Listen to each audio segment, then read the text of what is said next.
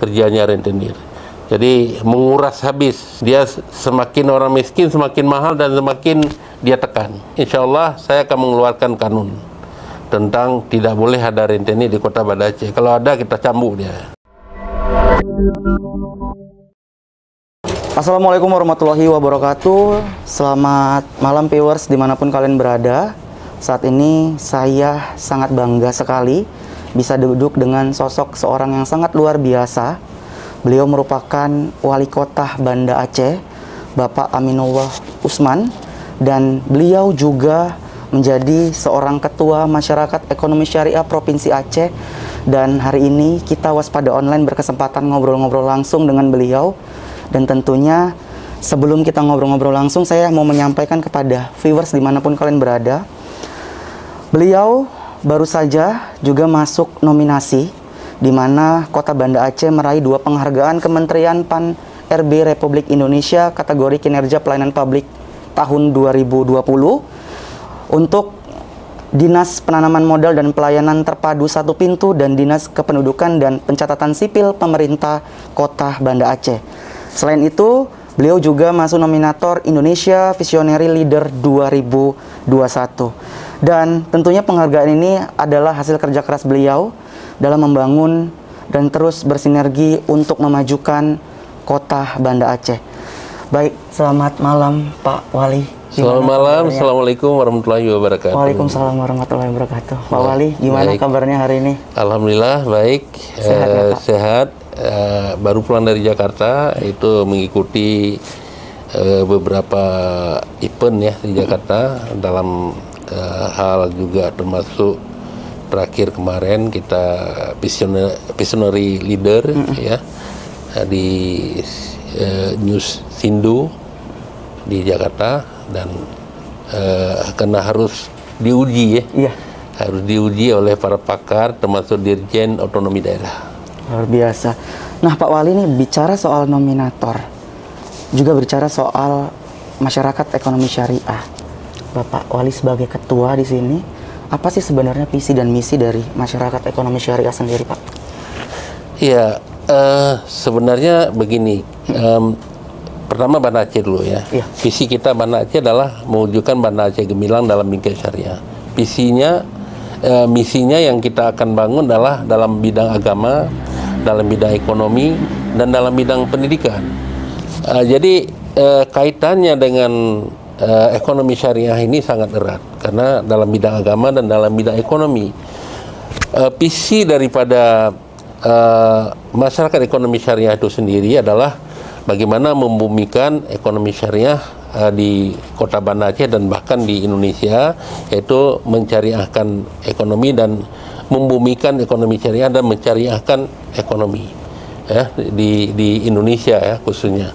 Jadi artinya adalah Banda Aceh ini sudah berlaku syariat Islam itu sejak tahun 2002. Tapi masih terjadi kontradiksi. Salah satu kegiatan yang paling banyak dilakukan oleh masyarakat kita adalah kegiatan ekonomi. Tapi kegiatan ekonomi itu ada dualisme di sini. Ada konvensional, ada syariah. Disinilah peran daripada masyarakat ekonomi syariah ini adalah bagaimana kita seluruh aktivitas ekonomi di Kota Banda Aceh itu harus berjalan sesuai syariah. Apalagi di tahun 2018 sudah dikeluarkan kanun oleh pemerintah Aceh, kanun nomor 11 2018, yang mengharuskan seluruh lembaga keuangan yang ada di Aceh itu wajib dilaksanakan secara syariah. Jadi tidak boleh ada lagi konvensional. Seperti perbankan, asuransi, leasing, pegadaian, kemudian kooperasi, lembaga-lembaga keuangan kecil, semua wajib syariah. Jadi MES ini sangat strategis. Tugasnya adalah menunjang, membantu pemerintah sehingga mempercepat dan mempermudah, mengedukasikan masyarakat tentang bagaimana ekonomi syariah ini bisa diterapkan di negeri yang berlaku syariat Islam. Pak, kalau bicara soal syariah, tentunya ada tantangan tersendiri atau adaptasi nih masyarakatnya sendiri. Tantangan terbesarnya sendiri apa sih Pak? Kok boleh tahu? Iya, tantangan kita ini kan tidak semua orang mengerti ya apa sih ekonomi syariah itu, ya, orang tahu ada bank itu ada dua sebenarnya, bank konvensional, ada bank syariah, dan juga lembaga keuangan lain ada dua. Itu ada sistem bunga alias riba, tapi sistem syariah adalah sistem bagi hasil. Tapi masyarakat melihat ini adalah sama, ya, seolah-olah bank ini sama seperti itu. Padahal itu ada sistem perhitungan. Ini sering dipertanyakan oleh masyarakat kita, apa perbedaan antara bank konvensional dengan bank syariah. Kita selalu ini menjelaskan bahwa di bank konvensional ini dia memang benar-benar menerapkan sistem syariah, sistem bunga, sedangkan di bank konvensional di bank syariah adalah menerapkan sistem bagi hasil yang seluruh produk-produknya berawal setelah disahkan oleh Dewan Pengawas Syariah. Jadi tidak boleh dilaksanakan oleh lembaga keuangan syariah sebelum produk-produk itu benar-benar adalah tidak bertentangan dengan Al-Quran dan hadis, ya. Jadi betul-betul sesuai dengan yang diterapkan dalam ajaran Islam. Jadi seperti itu. Oke, Pak Wali. Pak Wali, kalau tadi Pak Wali sampaikan bahwa Banda Aceh sudah terus menerapkan masyarakatnya harus ekonomi syariah. Tentu ini berhubungan dengan pelakunya. Iya. Nah, di tengah pandemi salah satu efek ataupun bidang yang berpengaruh adalah bidang ekonomi. Nah, seperti apa sih Pak Wali terus mendongkrak atau mendorong para pelaku UKM untuk terus maju dan bisa bersaing, apalagi di tengah pandemi seperti ini? Oh iya, memang Banda Aceh ini adalah kota yang luasnya hanya 61 km persegi. Jadi kalau Banda Aceh itu tidak cerita di sini ada peternakan, di sini ada perkebunan, di sini ada tambang, di sini ada kegiatan-kegiatan lain yang bersifat membutuhkan area yang luas seperti industri, ya, tidak ada di sini. Banda Aceh adalah kota dagang. Banda Aceh adalah kota wisata. Banda Aceh adalah kota jasa. Jadi maka oleh karena itu, karena di sini kota dagang, maka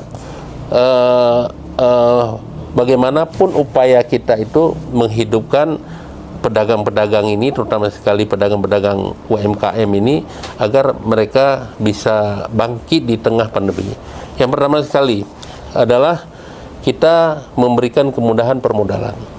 Kita punya lembaga keuangan syariah mikro, PT Mahira Muamalah Syariah, yang sudah ribuan, dan bahkan itu punya program juga membasmi rentenir di situ. Jadi ini sudah berjalan sangat baik, dan ternyata itu lembaga keuangan pertama di Indonesia yang disetujui oleh OJK. Kemudian di samping itu, di samping permodalan, juga kita membantu kepada dunia usaha ini peralatan modal, ya. Misalnya mereka selama ini mereka berusaha dalam bidang nasi goreng.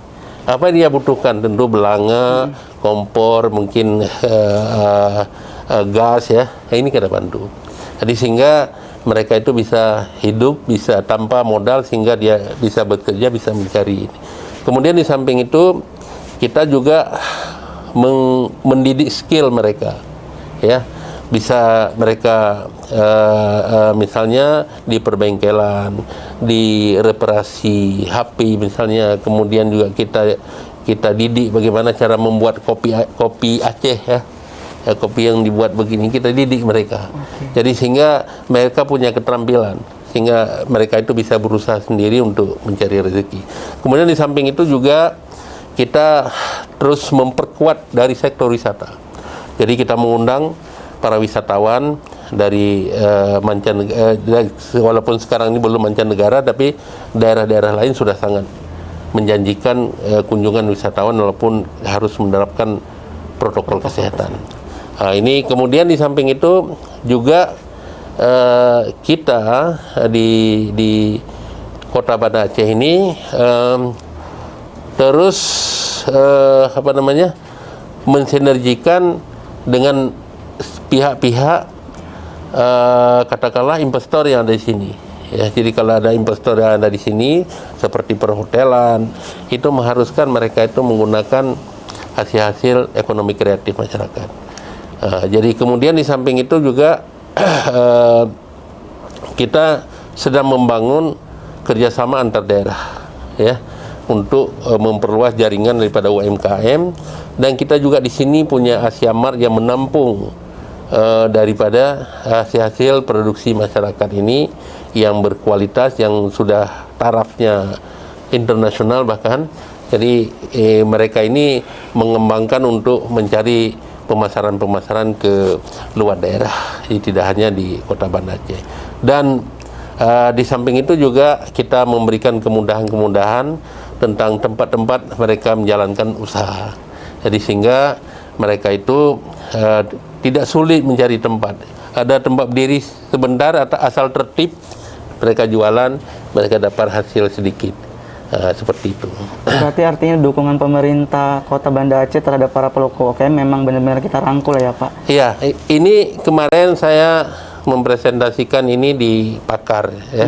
Pakar ekonomi. Kemarin ada juga Pak Dirjen Otonomi Daerah, ada 3 pakar. Mereka mengakui bahwa Banda Aceh itu di tahun 2017 jumlah UMKM itu 8.500.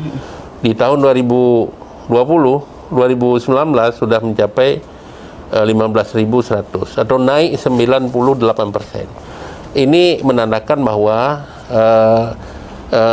kesempatan kerja itu sangat terbantu dengan adanya UMKM ini. Jadi maka kita kenapa tidak? Ini yang kita dorong terus sehingga mereka itu tercipta lapangan kerja dan juga keluar dari krisis kemiskinan. Banda Aceh 6,9, jadi jangan disamakan dengan yang lain ya. Banda Aceh 6,9% angka kemiskinan. Oke. Seperti itu. Pak Wali, menarik tadi ada kutipan yang saya ambil dari Pak Wali, membasmi rentenir.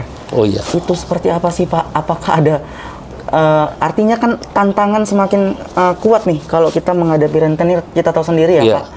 Itu seperti apa pada saat kita di lapangan sendiri, Pak? Jadi kenapa saya terfokus, tergugah hati saya itu menjadi orang yang sangat getol dalam rangka membasmi ataupun memerangi daripada rentenir. Karena salah satu sebab orang-orang Aceh ini miskin adalah karena rentenir. Ya. Hutang ya Pak? Hutang, dan dia menguras terus orang-orang miskin. Orang rentenir tidak pernah berpikir bagaimana orang bisa hidup. Yang penting rentenir itu hidup. Ya. Rentenir itu tidak pernah berpikir, ya, tidak pernah berpikir besok bagaimana kalau dia nggak bisa bayar. Yang dia pikir adalah besok akan kuhadapkan dia dengan debt collector, ya. Maka ini saya orang bank dulu, jangan terjadi kepada masyarakat kita.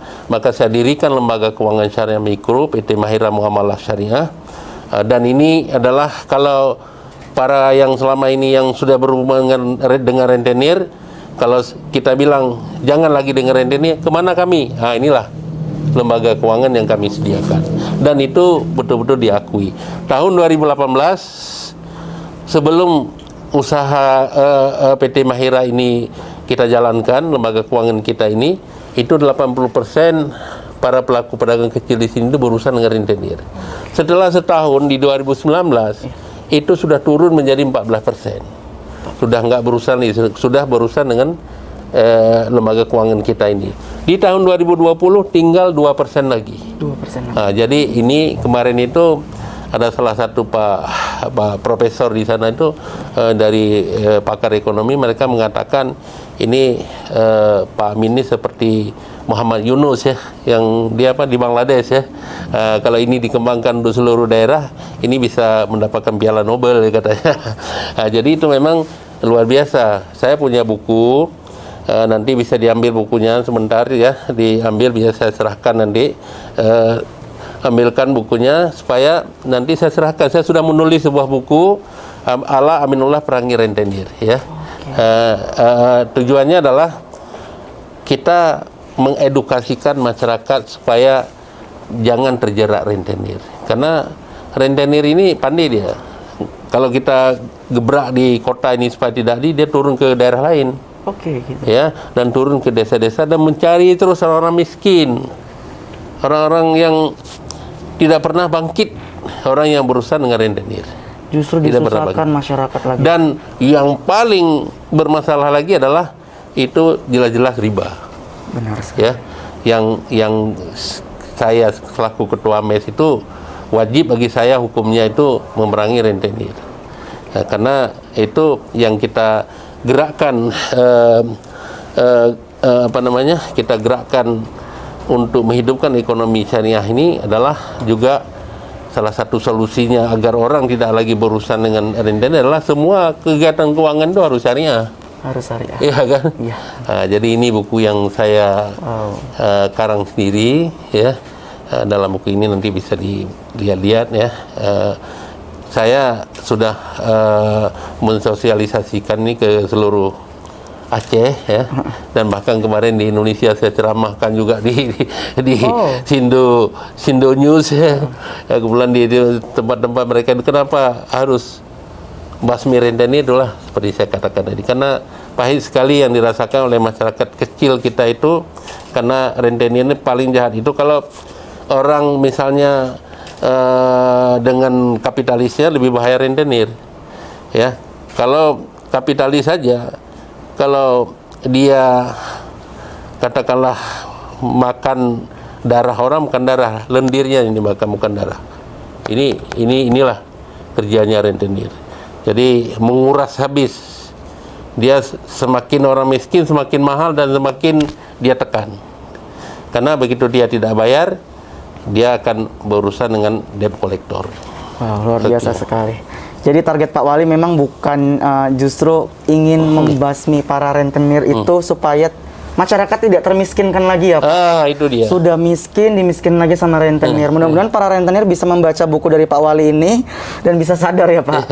Tadi targetnya 2% itu sisa dari target sebelum-sebelum tahun sebelumnya ya Pak. Iya, betul. Mudah-mudahan di 2001 ini tidak ada lagi rentenir ya Pak. Banda Aceh, insya Allah saya akan mengeluarkan kanun tentang tidak boleh ada rentenir di kota Banda Aceh. Kalau ada kita cambuk dia. Dicambuk ya. Dan disaksikan oleh masyarakat ya. Dan viewers saya ternyata langsung dapat bukunya dari Pak Wali. Ini saya akan baca Pak Wali. Tapi pertanyaan terakhir saya nih sebelum nanti kita tutup. Nah, kalau bicara soal Banda Aceh Pak Wali, tadi Pak Wali juga fokus selain di ekonomi, kemudian tadi fokusnya adalah di pariwisata. Saya tadi keliling ke beberapa tempat dan saya tidak nyangka bahwa Aceh ini bisa survive sampai saat ini setelah bencana beberapa tahun silam. Ketika malam kita disuguhkan dengan pemandangan lampu-lampu di setiap jembatan, flyover gitu kan. Kemudian tadi di tempat wisata juga begitu rapi, bersih, benar-benar terkonsep. Apa sih Pak gebrakan ke depan untuk wisata kota di kota Banda Aceh Pak? Iya, Banda Aceh ini sebenarnya kaya dengan tempat-tempat wisata, destinasi wisata. Mulai dari Masjid Raya Baitur Rahman ya. Masjid Raya Baitur Rahman ini kan Serambi Mekah. Jadi siapa saja yang belum ke Mekah ya ke Serambi Mekah dulu, ke Banda Aceh ya kan. Jadi kemudian di samping itu kita di samping wisata Islami, kita wisata religi, kita juga sebenarnya sebelumnya kita satu-satunya pendopo wali kota yang ada zikir adalah pendopo wali kota Banda Aceh. Cuma karena ini situasi Covid kita hentikan.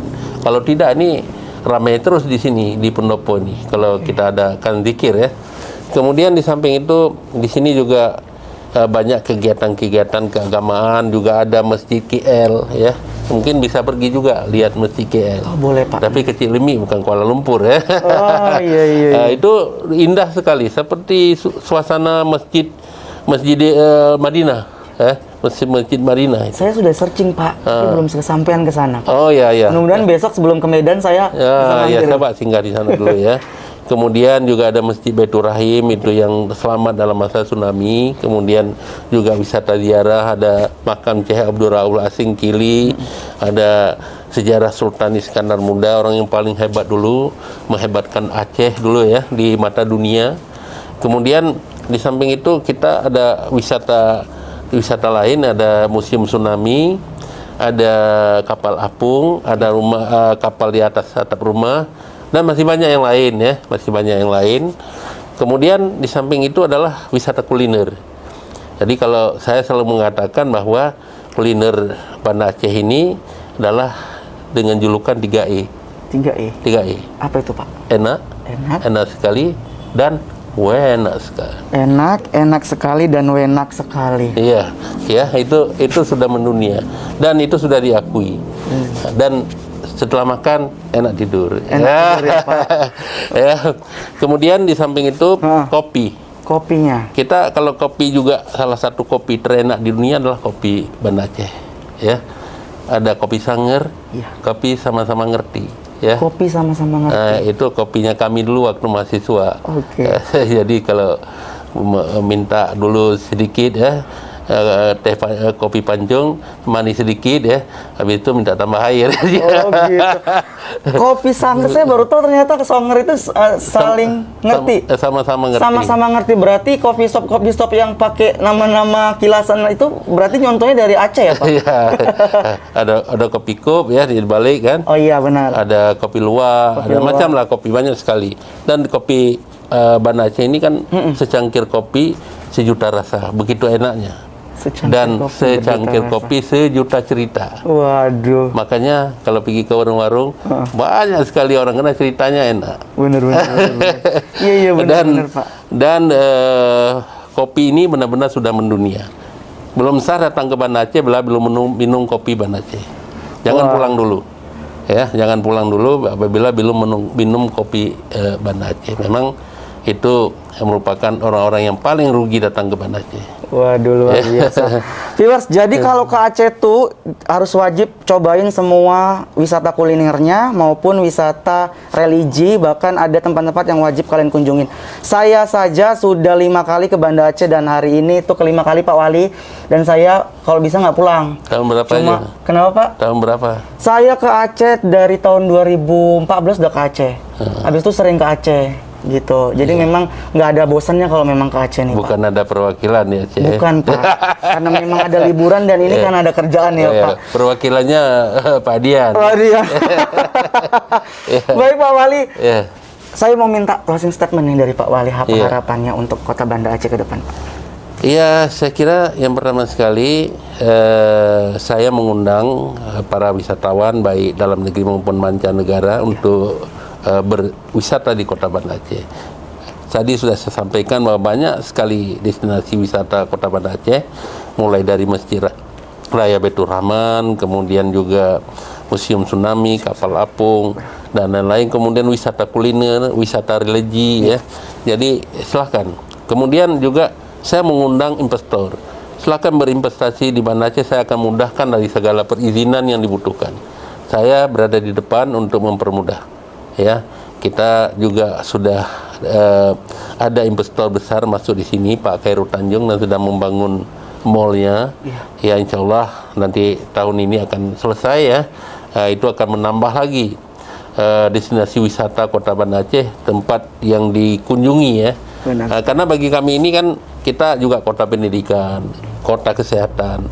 Yang penting orangnya apakah berwisata. Seperti Penang, itu kan bukan orang bisa wisata medikal ya. Jadi kalau Banda Aceh ini orang berubah juga, perlu juga datang ke sini berarti sudah mengkonsumsi masakan Banda Aceh ya. Sehingga multiplier efek ekonominya sangat luar biasa. Jadi maka investor kami undang ya.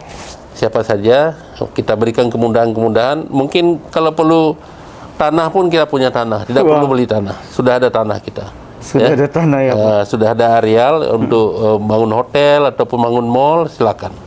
Kita siap. Luar biasa sekali viewers, ternyata Pak Wali ini sangat membuka tangan untuk kepada siapapun, baik wisatawan lokal maupun mancanegara, bahkan investor yang mau datang mendukung infrastruktur Kota Banda Aceh. Siap ya Pak? Iya, siap. Luar biasa sekali. Jadi buat viewers dimanapun kalian berada, yang belum pernah ke Kota Banda Aceh wajib datang, karena kotanya luar biasa, bersih, asri, nyaman, dan religius pastinya. Terima kasih banyak Pak Wali buat waktunya.